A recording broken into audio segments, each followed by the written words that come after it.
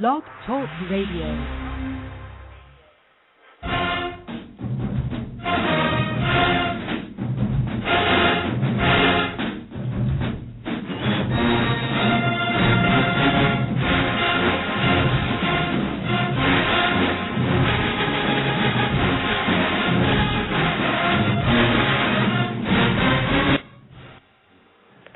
Behold, how good and how pleasant it is for brethren to dwell together in unity. This is Choppin It Up, brought to you by the Marching Podcast and Blog Talk Radio. I'm your host, Joe Beard, and I'm happy to be of service to you today. Today is July 29th, 2012, 3 o'clock here on the West Coast and 6 o'clock there on the East Coast. Today, we chop it up with Robert Connor. Robert is the head of Cream Percussion in Atlanta, Georgia. I found Robert on the fifth quarter where he put out an ad about a percussion clinic, a free percussion clinic he's given in the Atlanta area. I then followed the ad and called Cream to talk to someone about it and met Robert. Instantly hit it off with him and had great conversations. So please call in and talk to Robert today at 718-664-6025. That's 718-664-6025. You can email the show at marchingpodcast@gmail.com or tweet us at marchingpodcast. So without further ado, ladies and gentlemen, Mr. Robert Connor. What's going on today, Robert? How you doing, Joe? Good to be here. Happy to be here. Everything's well. Thank you. I really appreciate that. We really appreciate you being on the show today. Like I said, I saw the ad for your free percussion clinic, which is something we really like to highlight here at the Marching Podcast. And I was really excited to actually get a hold of you so we could find out. So that's why you're here, and we'll go ahead and try to highlight what you're doing for this industry. So let's get right into it. Where are you from, Robert? Originally, I was born in New York, but I spent some time in a couple states. I spent about 10 years in New York and moved all over to places like Michigan, North Carolina, New Orleans, and Alabama. So I spent a couple years in a few different places. Okay, yeah, that's pretty cool. My family, myself, is from North Carolina, so that's really something. Definitely the parallel there. Now, are your parents, were they from New York as well? Yes, they're originally from New York. Well, no, that's not true. My mother's from New York. My father's from Orangeburg, South Carolina, and but they're both residing back in New York now. Okay, Orangeburg, that's where South Carolina State is, correct? Home of South Carolina State Bulldogs, yes, sir. All right. Yeah, I hope we got a lot of South Carolina State people out there listening. That's really cool. So, where did you go to high school? I went to high school in two different places. I spent some time at a private school, Christian school in Berrien Springs, Michigan, where I lived for 2 years, and then I transferred to New Orleans, Louisiana, to a public school. So I was kind of split through my high school career. Okay. What was the name of the high school in New Orleans? Marion Abramson High School in the New Orleans East area. Okay. All right. Now, how have you been back to New Orleans recently, or ever since the big hurricane? No, I have not been since Katrina hit, and really haven't been back a lot since then. After high school, I went straight from college after that, and my parents moved back to New York, so haven't really been back maybe once or twice. Right. I know I grew up in St. Louis, and my parents have moved on themselves, and I try to get back to St. Louis as much as I can, but when your folks aren't there, it's difficult, you know. Mm-hmm. Now, did you march in the band when you were in high school? I did not. The school I went to, their band, New Orleans has wonderful high school bands down there. Oh, yeah. But it just so happens that the school I went to, their band was non-existent. So I was not able to march in high school in New Orleans, but I did spend some time in a concert band and orchestra when I was in Michigan. So I've been playing since I was in 5th grade. So from 5th grade to 10th grade, I was heavily involved in concert band and orchestra. Okay. You're chopping it up with Robert Connor, brought to you by the Marching Podcast and Blog Talk Radio. Thanks for listening. So after you graduated from there, the school there in New Orleans, where did you go on to college? I went to a Christian university called Oakwood University. Back then it was Oakwood College, but now it's reached achieved university status. So I went to Oakwood University in Huntsville, Alabama. Okay. And was there a specific memory that made you select that school? Well, since I was 3 years old, I've always wanted to be a minister in the ministry, and that is the college of the university of our denomination. So if you're going to be a minister, that's likely the school you're going to go to. Okay. And it's in Huntsville, Alabama, is correct?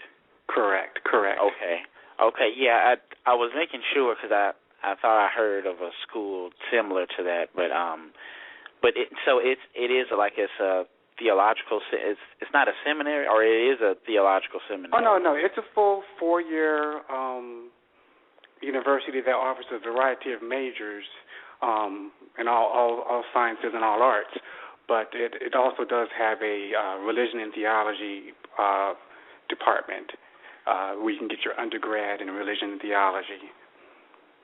Okay, and was that your major when you first went there as a freshman? Yes, correct. My major was theology.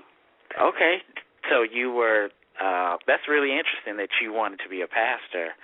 Now, did you stay on that track, or did you get ordained to be a pastor? Actually, no, I didn't. I got to my 5th year of college and realized that I really didn't want to be a pastor, so to speak. And back in those days, 20 years or so ago, there wasn't a lot of different alternate ministries out there. So most of the time you could become you go to school, get your degree, you go and intern at a church, and you're hoping to get a church.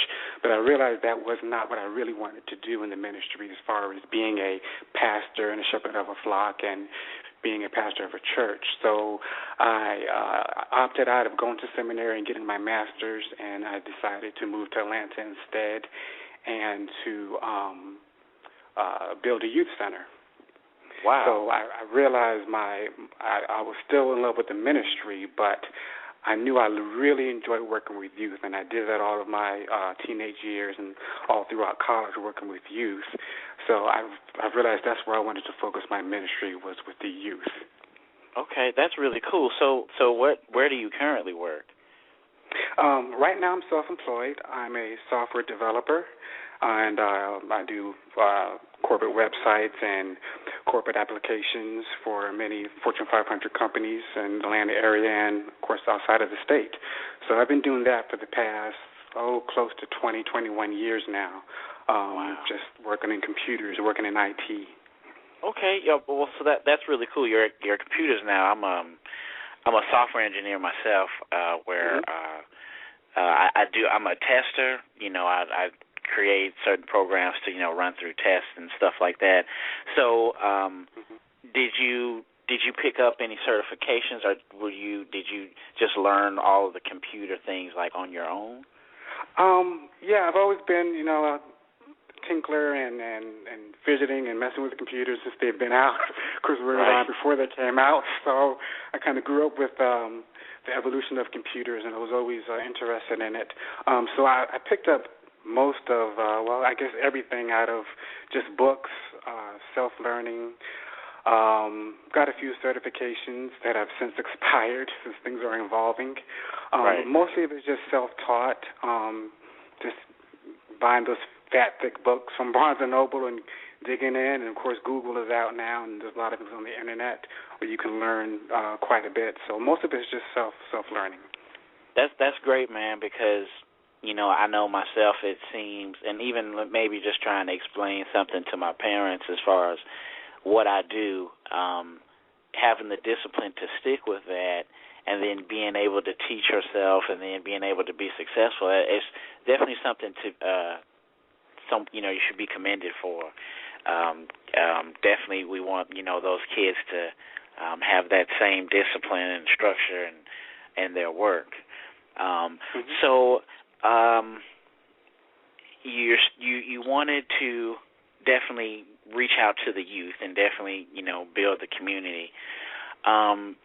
So how did you start Cream? Because that definitely is for the youth. So when did you start doing that? Well, let's see, Cream started back in 2003, about 10 years ago. And prior to that, I had two other drum lines. I had a drum line, a youth drum line while I was in Oka College back in school, and I started another drum line in my church that I was going to previous to 2003 at West End SDA Church. So in 2003, there was a church-centered drumline competition in Pennsylvania, and somebody asked me to get all the youth together and put together a drum line so we can go compete at this church, Seventh-day Adventist Church youth convention. And so that's what I did. And primarily it was supposed to be just for that convention. So we had tryouts and had about 80-some-odd kids show up to these tryouts from all the area churches. And we formed two drum lines, a junior drum line and a senior drum line. And we went up to Pennsylvania and took first place in both categories. And I came back fully intending to disband Cream and go about my merry way. But it seems that the kids had different ideas, and they wanted to keep it going, and so that's what we did. We kept it going. Wow, that's interesting. So you were doing this back in your college days. What was your first experience that made you interested in drumline? I guess, was it when you were in New Orleans at high school? That's kind of why I've always been interested in drums. I always wanted to be a drummer. I have no idea why it came time to pick instruments in fifth grade that I selected the trumpet. So I have no idea. I kind of wanted to play everything, but it was an orchestra and a concert band. There's not a lot of activity going on, right? Back there, except you're playing on, 1 and 2s or something, 2 and 4, but. So I've always been interested in drums. I love parades. I remember sitting down and watching the Macy's Day Parade every Thanksgiving faithfully, watching the Rose Parade just to get a glimpse of the drums. Up in Michigan, there weren't a lot of, and of course New York up north, there's not a lot of marching band activity you can go see in person, so you have to get what you can off the TV. And so when I went down to New Orleans is when I was slapped in the face with marching bands. Yeah. With the High Steppers and with St. Aug and Madonna 35 and all those really terrific feeder high schools into Southern down there. So that's when I really got enamored with drums. And I remember, of course, Mardi Gras season is just kind of a band fest for 2 weeks. Yeah. So I would, follow marching bands up and down the road, recording them and listening to them and whatnot. And that's kind of where I cut my teeth in percussion. And then when I went to college, of course, being a Christian college with no football team, they had no use for a marching band. So I used to spend many days, many afternoons over at Alabama A&M University on their practice field just watching them when I should have been in class, should have been in Bible class, or should have been in homiletics. I was over, Alabama A&M, which is a couple miles away, just really watching them practice and recording their beats and their cadences. And from there, I started a little youth group drum line when I was in college. And also I started a college drum line. We used to play it for basketball teams and whatnot, and used to do some recruitment for the college itself. So had a little previous experience before Cream, and it's just amalgamation of all my experiences have really got me interested and kept me grounded in percussion over the past couple of years. That's great, man. I know, growing up in St. Louis, band was definitely like the nerd thing, or, that was, like when people, went to go to the bathroom or people went to go to the concession stands, except the parents of the people in the band. You know, that was kind of how it was. And then down south, it's totally different. That is, it's perceived as you're a part of a sport. You know what I mean? It's you have your own thing. So that's one thing I definitely loved about it. So who helped you get Cream started? Sounds like you've been, you know, mentoring to groups since college. Was there anyone that helped you get the ball rolling when you were back in college, or even now with the development of Cream? Is there anyone that has helped you get that? I can't even begin. There's such a long list. And the ironic thing is I don't play percussion at all. I tried very hard, and it just wasn't working out for me. Right. So my place is really as a manager, as an organizer, as a funder, as basically the suit in the background pushing paper. And I've had a plethora of many people helping me out as far as doing the instruction. Throughout the years, back in college, it was a guy named Trevor Armstrong from New York, of all places, that actually did the instruction. And as far as Cream, and actually, you know, well, as far as Cream, several people. Rodney Lake really helped me get it started back in 2003, and Quest Green, Christine Franklin. There's tons of people that have come through over the years as instructors, just helping out where they could. Just a plethora of people. Most recently, my right-hand man, number one composer of Cream, is James Riles, who's been with me for the past close to, I think, 7 years now, 7 of the 10 years. And he's a really great guy, a Christian bass brother who has really put his heart and soul into Cream and has shaped the sound and the whole flavor of Cream that we know today. So, again, a whole lot of people that have come through, not just for one practice or many or whatnot. And what's really interesting, what I love most about Cream now is the people that we had in Cream the first 2 or 3 years have gone on to college, graduated, and have come back and are now instructors at Cream. So it's kind of gone full circle, and we've got hundreds of people that I have to personally thank for their contribution to Cream. Wow, that's great. That's great. You're chopping it up with Robert Connor, brought to you by the Marching Podcast and Blog Talk Radio. Thanks for listening. Was there anything frustrating in dealing with Cream? Is there any cons, so to speak? Oh, wow. Many things. Going back, once again, I play trumpet. And I'm in the heart of, of course, like New Orleans, Atlanta has many fabulous high schools. And, you try to be in a percussion, we have to get most of our kids from the high schools. So I go in and talk to band directors. I go in and talk to the students, trying to recruit them to Cream. And, of course, the first thing they want to know is, what school did you go to? So I've got to tell them, Oakwood University. Where is that? Is that the MEAC, the SWAC, the CX? So, yeah, none of the above. And then they want to know, what did you play? Who did you march for?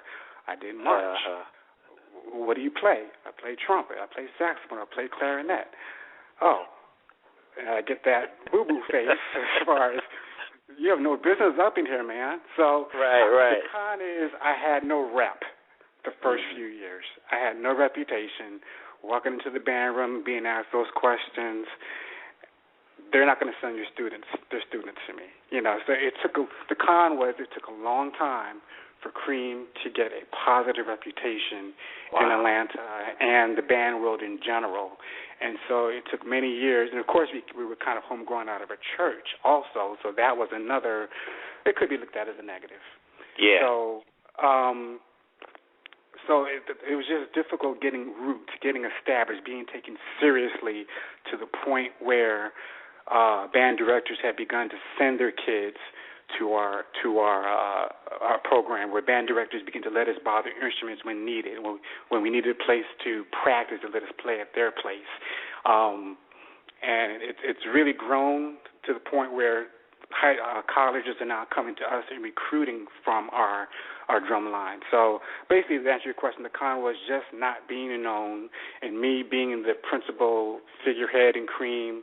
A lot of people didn't take me serious, and it took a while, for us to really get established. And the other con was, in the band where there's lots of cliques. You got your Southern clique, you got your FAMU clique, you got this clique and that clique. And if you're not part of that clique, it's difficult to get participation from that school, because if you don't do it, I'll just throw a name out there, the FAMU way, then it's just not right. Right. It was just those were kind of one of the main two issues with Cream and getting it established and getting it going and moving forward in a positive direction. Okay. We have a call here for you from the 704 area code. Please state your name and the city you're calling from with your question for Robert today. Thank you so much for taking my question. I'm from Charlotte, North Carolina. My name is Natalie Beard, and I'm really interested in the challenge. Thank you so much, really, Mr. Connor, for your work and interest. And my question revolves around the role of the parent, and how were you able to keep them engaged to the point that, therefore, you are having your students to follow discipline. So many times, many of us working in various capacities with youth have more of a challenge with the parent in getting them to stay, keeping the student focused and staying in it with it. As you said, the idea of not being a part of a school per se, if you weren't a member of one of the HBCUs, that was one challenge. But then on the other hand, through the Christian ministry experiences, it's still quite a bit that parents all the time, if they've not had the experience, don't have that same degree of enlivenment, I guess would be a better way to put it, in keeping their parents, keeping their students so engaged, unless they have not been a necessary part of it. Parents, yes, I don't say that's a con, that's just a challenge that you're going to find difficult to have parent participation in almost any organization that's youth. And I've experienced that all my life and all my involvement in youth is getting the parents involved. And with strong parents, it makes a strong organization. With weaker parents, it's just difficult to get things going and keep them involved. I've taken Cream and my other drum lines, to Philadelphia, Florida, Texas, New York, many, many places. And believe it or not, I've taken their kids places, but I have not met some of these parents yet. They just drop them off, and I put their kid in the bus, and we go, and they don't know me from Adam. And it's difficult, but I'm glad that, and it's for various reasons, be it work or they're just too busy or it's a single-parent situation. I understand. I'm not trying to unload on any parent, but it's difficult when there's not parent involvement. But you just have to keep going, and you have to become sometimes that surrogate father, that surrogate big brother, that surrogate big uncle, to encourage them in their grades, to get them to apply to a college, because they're not getting that at home, and in some cases they're not getting that at school as far as pushing them to go to college. So, yes, that is a very big challenge. Okay, thank you very much. All right, thank you very much, Natalie, for your call. You're chopping it up with Robert Connor. I'm here with the Marching Podcast and Blog Talk Radio. Thanks for listening. So we're getting somewhat towards the end. Like I said, I'm really trying, for all you live listeners out there, I'm really trying to wrap up the show in 30 minutes, so there's no cutoff time. You're free to listen. You're welcome to listen to the archive post of each episode, where there is no cutoff, and it records the entire conversation. But for you live people, we are definitely working on it here, so we wrap up things in time, and there's no loss of information.